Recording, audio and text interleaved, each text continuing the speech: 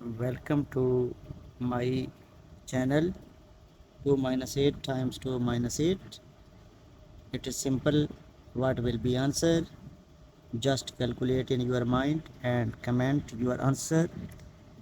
Now most people solve this question in the way 2 minus 8 minus 6. Here is again repeated term.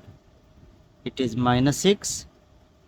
So after multiplying these two numbers, we will get 36, which is answer, and most people are satisfied that they get correct answer, but actually 36 answer is not acceptable.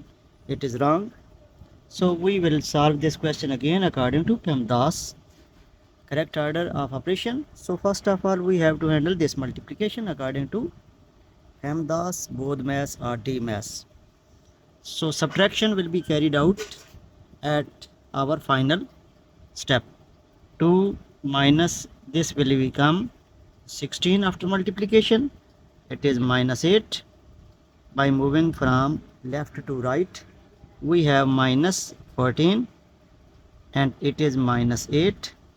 So we will get minus 22, which is considered correct answer for this simple but tricky math challenge, which obeys order of operation, not your mind calculation. Thank you.